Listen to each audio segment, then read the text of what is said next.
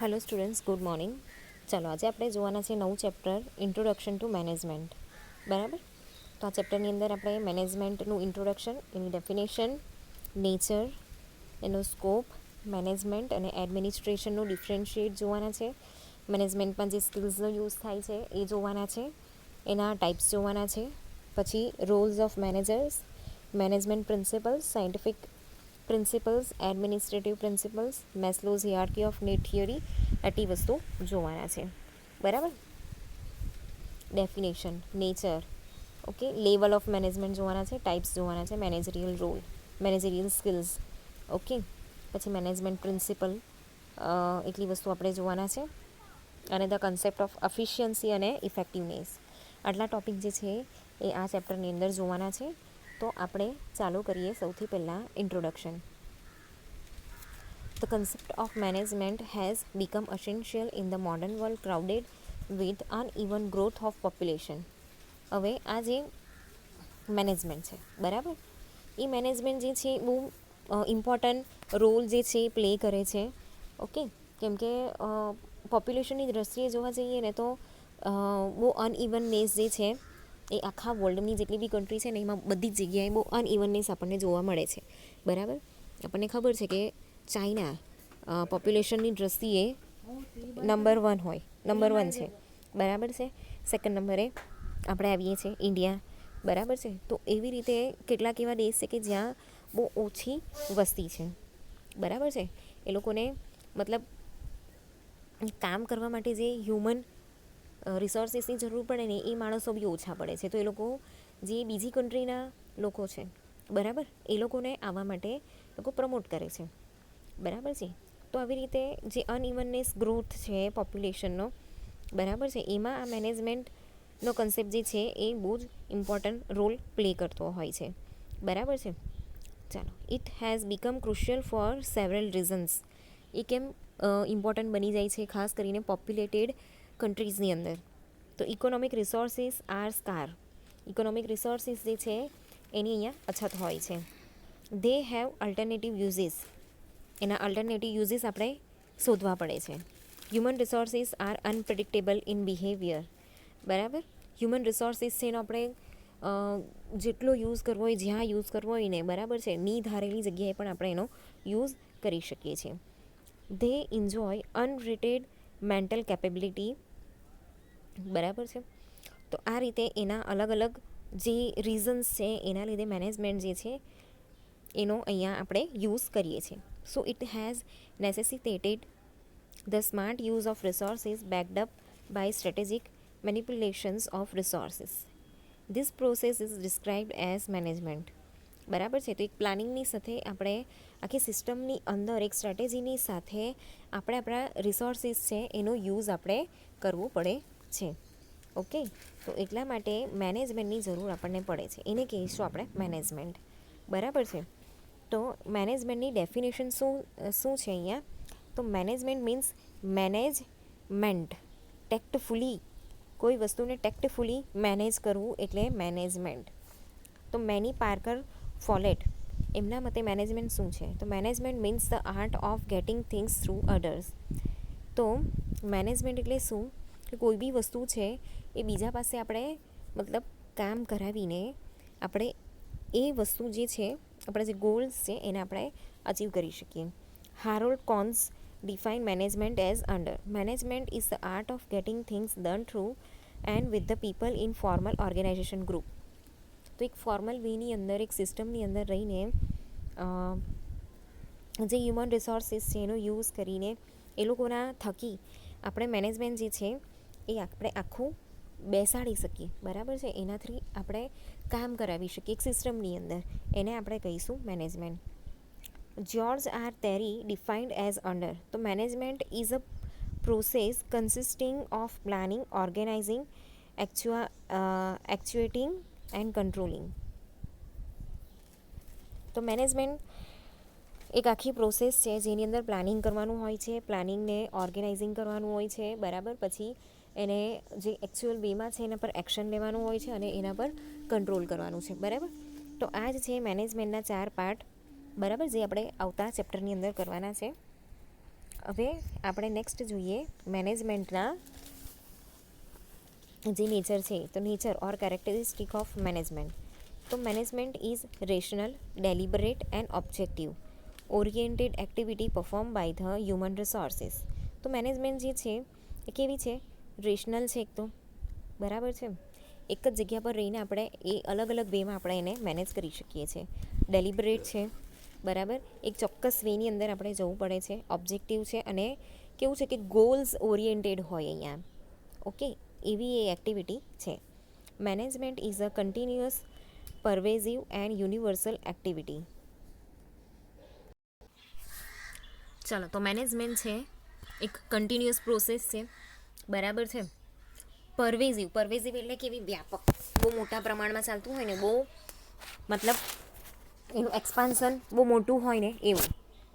Okay, universal activity, દરેક જગ્યા પર મેનેજમેન્ટ ચાલે છે, દરેક વસ્તુની અંદર મેનેજમેન્ટ ચાલે છે, બરાબર.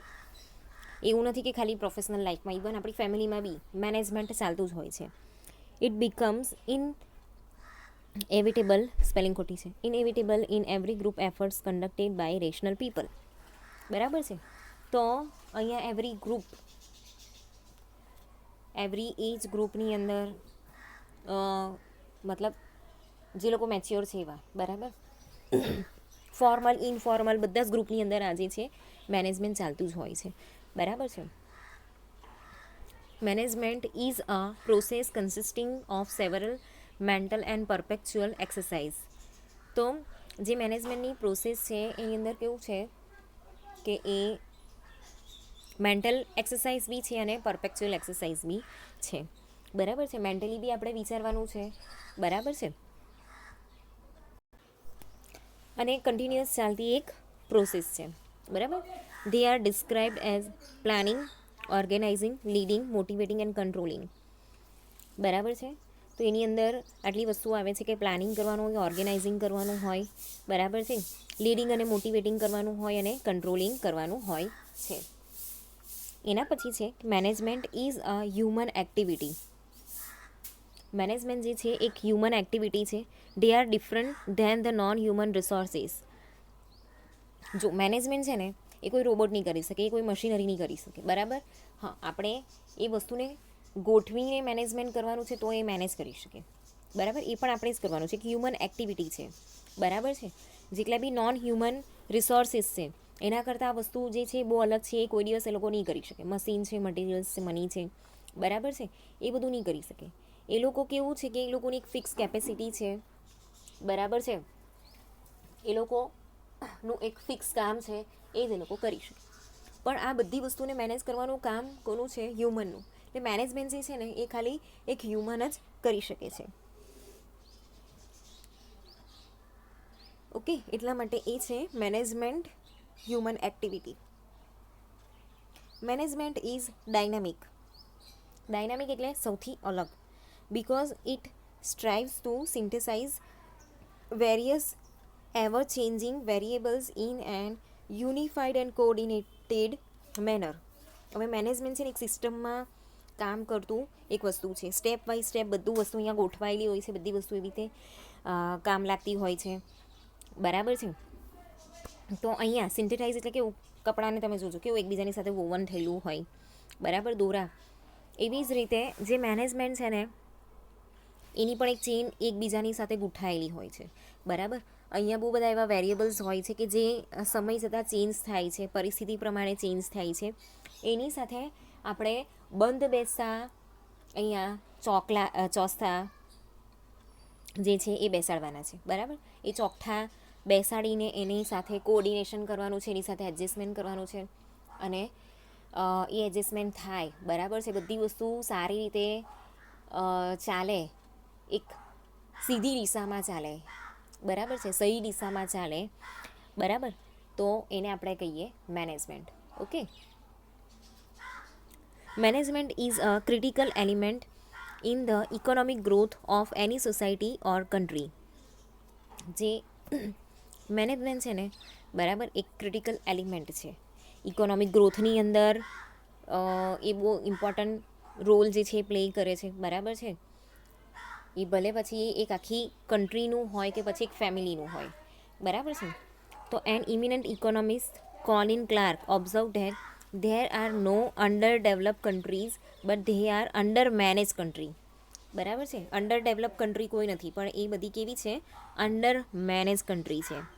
ઓકે, તો જે ઇકોનોમિસ્ટ છે, બરાબર, કોલિન ક્લાર્ક, એમણે એવું કીધું છે કે બધા પાસે રિસોર્સિસ છે પણ એને મેનેજ કરતાં આવડતું નથી, એટલા માટે એ લોકો અંડર મેનેજ કન્ટ્રીની અંદર કન્સિડર કરે છે. ઓકે, એના પછી છે કે management is more of N art rather then a science. બરાબર, ઓફકોર્સ મેનેજમેન્ટ એક આર્ટ છે, બરાબર, એ સાયન્સ કરતાં આર્ટ વધારે છે, કેમ કે એને કેવી રીતે હેન્ડલ કરવું, બરાબર, એ એક આર્ટ જ છે. Because it deals with living human resources. The art of હ્યુમનનું જે મગજ છે એ કેવી રીતે ચાલે છે અને કેવી રીતે એ બધી વસ્તુ મેનેજ કરે છે, તો એ આર્ટની વસ્તુ થઈ. લીડરશિપ ક્વોલિટી, બરાબર, એ બધી વસ્તુ આવે છે. તો આ બધી જે ક્રુશિયલ મેનેજમેન્ટ જે વસ્તુ છે એનાથી આખી વસ્તુ જે ચાલે છે, હ્યુમન બિહેવિયર એની અંદર દેખાય છે. બરાબર છે. કોઈ શાંતિથી એને એકદમ સહી દિશામાં એને મેનેજ કરે છે, બરાબર છે. તો કોઈ કેવું છે કે ગભરાઈ જાય, ગુસ્સે થઈ જાય અને બધું જે વસ્તુ છે બગાડી નાખે, પછી ફરીથી એને આપણે મેનેજ કરીએ છીએ. ઓકે, ને મેનેજમેન્ટ જે છે એ બહુ ઇમ્પોર્ટન્ટ છે. ચાલો, એના પછી છે મેનેજમેન્ટ અ સાયન્સ ઓર એન આર્ટ. બરાબર, તો મેનેજમેન્ટ ઇઝ એન આર્ટ, એને તમારે જસ્ટિફાઈ કરવાનું છે, એવો ક્વેશ્ચન પૂછાઈ શકે. તો મેનેજમેન્ટ છે એક કેવું છે કે હ્યુમન દ્વારા ચાલતી એક્ટિવિટી છે, બરાબર છે. એ સાયન્ટિફિક ઓછું પણ આર્ટિસ્ટિક વધારે છે. તો management ઇન્વોલ્વ્સ use of the human talent which are based on scientific and articulative way of doing the things. Thus, management as a science or art has become debatable. બરાબર છે. તો એક સાયન્ટિફિક વે, બરાબર છે, તો એની અંદર કેટલીક સિસ્ટમ છે, બરાબર છે. સાયન્ટિફિક બી છે અને આર્ટિક્યુલેટિવ બી છે, એ આર્ટિસ્ટિક બી છે, બરાબર છે. તો જ્યારે આપણે એવું ડિસાઇડ કરવાનું હોય કે સાયન્ટિફિક છે કે આર્ટિસ્ટિક છે, તો ત્યારે બરાબર ડિબેટ અહીંયા જામી જાય, બરાબર. પણ એમ જોવા જઈએ ને તો એ બંને જ છે, બરાબર. પણ એમ આર્ટિસ્ટિક વે એની અંદર થોડોક વધારે આવે.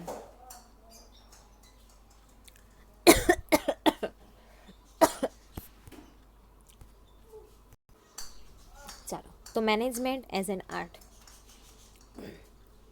The art refers to the articulative, unique way of doing things. The creative and innovative talent of human mind can handle a specific problem in a specific way. તો જે આર્ટ હોય ને, બરાબર છે, એ કેવું છે, એક યુનિક વેમાં થતી બધી વસ્તુ છે, એને આપણે આર્ટ કહીએ છીએ, બરાબર છે. આર્ટ એટલે કેવું હોય છે કે ક્રિએટિવ હોય છે, બરાબર. તો જે ટેકનોલોજીનું વર્લ્ડ છે ને, ભલે એની એ સાયન્સ પર કામ કરતું હોય, પણ એની અંદર બી ક્રિએટિવનેસ અને જે ઇનોવેટિવનેસ છે ને, બરાબર, એ વસ્તુ જે છે એ બહુ જ ઇમ્પોર્ટન્ટ છે, બરાબર છે. એઝ એન એન્જિનિયર તમારી પાસે ક્રિએટિવનેસ અને ઇનોવેટિવનેસ હોવી જોઈએ, તો જ તમારું સાયન્સ કામ કરે, બરાબર છે. તો હ્યુમન માઇન્ડ છે ને એ કોઈ બી પ્રોબ્લેમ છે ને એને એ સોલ્વ કરી શકે છે, એને હેન્ડલ કરી શકે છે, બરાબર. એ કશેથી બી કોઈ બી રસ્તો શોધી શકે છે, બરાબર છે. This most of the management institute develop managerial skill through case study method. Case study method જે છે એ હું તમને એકવાર બીજા જે લેક્ચર્સ છે ને એની અંદર શીખવાડા, તમને ચેપ્ટર નથી, પણ કેસ સ્ટડી કેવી રીતે થાય ને હું તમને શીખવાડીશ. ઓકે, તો આ મેથડના અંડરમાં જે સ્પેસિફિક પ્રોબ્લેમ હોય ને એ લોકોને આપવામાં આવે છે ને એને કહેવામાં આવે છે કે આને હેન્ડલ કરો, બરાબર છે. ને હેન્ડલ કરીને એને કહેવામાં આવે છે કે આના સોલ્વ કરવાના કેટલા વેઝ હોઈ શકે, બરાબર છે. તો એ વેની અંદર અહીંયા તમારે એને સોલ્વ કરવાનું છે. ઓકે, એના પછી છે મેનેજમેન્ટ ઇઝ અ સાયન્સ. તો સાયન્સ એટલે શું કે સ્પેસિફિક અને સિસ્ટમેટિક વસ્તુ જે છે એના અંદર ચાલતું હોય વસ્તુ, બરાબર છે. પૃથ્વી પૃથ્વીની ધરી પર ફરે છે એ સાયન્સ છે, બરાબર. વર્ષોથી એ વસ્તુ ચાલે છે. ફિઝિક્સનો બહુ બધા નિયમ છે ફિઝિક્સની અંદર, બરાબર છે. હવે માની લો કે કોઈ બી ગોળ વસ્તુ છે, બરાબર, એ ફરીને કેવું જાય છે, આગળ જાય છે, બરાબર, ગોળ ગોળ ગોળ ગોળ ગોળ ગોળ ફરતું ફરતું, બરાબર. તમને જે મેગ્નેટ છે એનું પણ બધી વસ્તુ ખબર છે, ઓકે. ઇલેક્ટ્રિક વસ્તુ, બધી વસ્તુની અંદર સાયન્સ જે છે એ ભરેલું છે. The term science refers to the specific and systematic body of knowledge based on certain universally accepted theory and principles, બરાબર.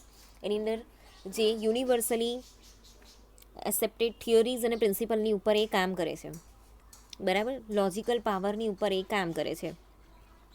હવે આ જે સાયન્સ છે એ પણ બહુ બધા એની અંદર સબ ડિવિઝન જે છે એ પડે છે, બરાબર. Physics, chemistry, mathematics, social science જે છે એ, તો એમાં economics, sociology, philosophy, psychology, management, આ બધા બી એક સાયન્સ જ છે, બરાબર. તો The natural science derives the universally acceptable principle like law of gravity in physics, બરાબર. તો 4 2 8 ઇન મેથેમેટિક્સ. તો જે લો ઓફ ગ્રેવિટી છે એ ફિઝિક્સમાં આવે, મેં તમને અત્યારે જ કીધું, ને 4 2 8 થાય, બરાબર, એ મેથેમેટિક્સનો નિયમ છે. તો અહીંયા યુનિવર્સલી જે વસ્તુ ડિરાઈવ થઈને આવેલી છે લોજિકલી, બરાબર છે, એને રિપીટેડ તમે એક્સપેરિમેન્ટ કરો ને તો બી એનો એ જ આન્સર આવે, ઓકે. તો એવી રીતે જે સોશિયલ સાયન્સ છે એની અંદર જે હોવર્ડ્સના પ્રિન્સિપલ્સ છે, બરાબર છે, એ બધી વસ્તુ આવે છે. સાયકોલોજીની અંદર જે છે હ્યુમન માઇન્ડને રિલેટેડ, એના બિહેવિયરને રિલેટેડ બધી વસ્તુઓ આવે છે, બરાબર. પછી ઇકોનોમીની અંદર મોનિટરી વસ્તુઓ આવે છે. તો એવી રીતે આ બધી વસ્તુ જે છે એક સાયન્સ જ છે.